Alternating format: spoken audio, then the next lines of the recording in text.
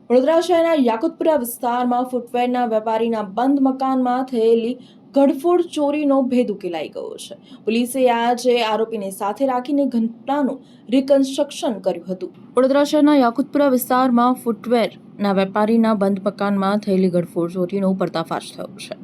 મળતી માહિતી મુજબ યાકુતપુરા વિસ્તારમાં રહેતા રાવપુરા ખાતે લંડન ન્યૂઝ નામની ફૂટવેર દુકાન ચલાવતા વસીમ અહેમદ મકસૂદ અહેમદ મલિક સિટી પોલીસ સ્ટેશનમાં ફરિયાદ નોંધાવી હતી કે તારીખ 24 એપ્રિલ 2026ના રોજ તેમના ઘરેથી ચોરી થઈ હતી. અંતિમ વિધિ પૂર્ણ થયા બાદ જ્યારે તેઓ ઘરે પરત ફર્યા ત્યારે તેમના ઘરમાંથી ચોરી થયાની ખબર મળી હતી અને ત્યારબાદ તેમણે ચોરી અંગે ફરિયાદ નોંધાવી હતી. તિજોરીમાં તપાસ કરતા તિજોરીમાં રાખેલા દાગીના, રોકડ રકમ, વિદેશી ચલણ મળી કુલ 4 લાખ ઉપરાંતની ચોરી થઈ હોવાનું બહાર આવ્યું હતું.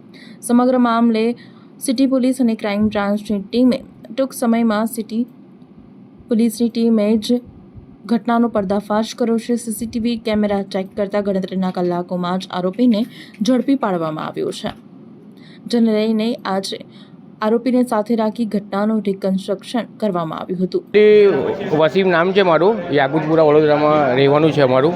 મારી દાદીનું અવસાન થયું હતું ત્યારે અમે લોકો હાલોલ ગયા હતા. તો એ ટાઈમ પર આ બનાવ થઈ ગયો અને બનાવ થયા એના પછી ઘટના સ્થળેથી પોલીસે બહુ સફળતાપૂર્વક બહુ ખાસ રિઝલ્ટ આપી દીધું અને એમાં કમિશનર સાહેબ છે, પછી આપણે ક્રાઇમ બ્રાન્ચની ટીમ છે, સિટી પોલીસની ટીમ છે, એમનો ખૂબ ખૂબ આભાર વ્યક્ત કરીએ છીએ. ચોરી 4-4.5 લાખની ચોરી હતી. એમાં જે રોકડ રકમ હતી, પછી લંડનના પાઉન્ડ હતા અને સોનાના દાગીના હતા. અત્યારે તસ્કર પકડાઈ ગયો છે. તસ્કર કયા વિસ્તારમાંથી પકડાયો, તમારો ઓળખીતો છે, શું છે? એ એકચ્યુઅલી એની ધરપકડ કરી છે ત્યાં મેમન કોલોનીના પાસેથી. એ ક્રાઇમ બ્રાન્ચ અને સિટી પોલીસ સ્ટેશનના એ લોકોના કામથી બરાબર થયું છે બધું. હવે કેવું લાગે છે તસ્કર? અરે પોલીસ પર બહુ ભરોસો છે. હમણાં આવી ગયો, અમને પહેલાંથી પણ હતું, પણ એમને જે કામ કર્યું છે બહુ પ્રાઉડ. યાકુતપુરા ખાતે આજે આપણે મકાન આવેલું છે. એ મારા સન વસીમ કરીને છે, એના પરિવાર સાથે અહીંયા રહે છે અને હું હાલોલ ખાતે રહું છું. ગયા સપ્તાહે મારી માતાનું હાલોલ ખાતે અવસાન થતાં આ લોકો આપણે ઘર બંધ કરીને હાલોલ ખાતે આવ્યા હતા.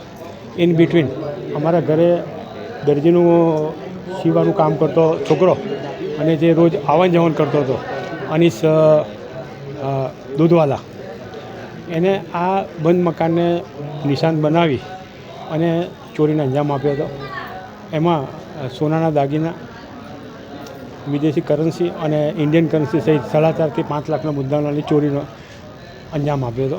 એ બાબતે અમે શહેર પોલીસ મથકે ફરિયાદ આપી હતી.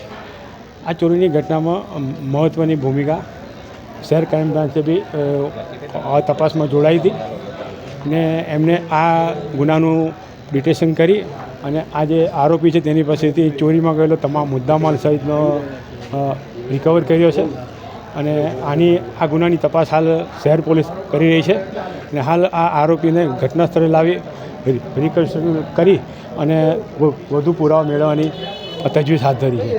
આ ચોરીની ઘટનામાં ગણતરીના કલાકોની અંદર જ ફરિયાદ આપવાને તરત જ શહેર પોલીસ કમિશનરના આદેશને સૂચના મુજબ તરત જ આપણે તપાસમાં જોડાઈ અને એકદમ ટૂંક સમયની અંદર આ ચોરીના ગુનાનો ભેદ ઉકેલી એને એક આપણે વડોદરાના વેપારીઓ રહીશોનો વડોદરા શહેર પોલીસે મહત્ત્વનો વિશ્વાસ જીત્યો છે.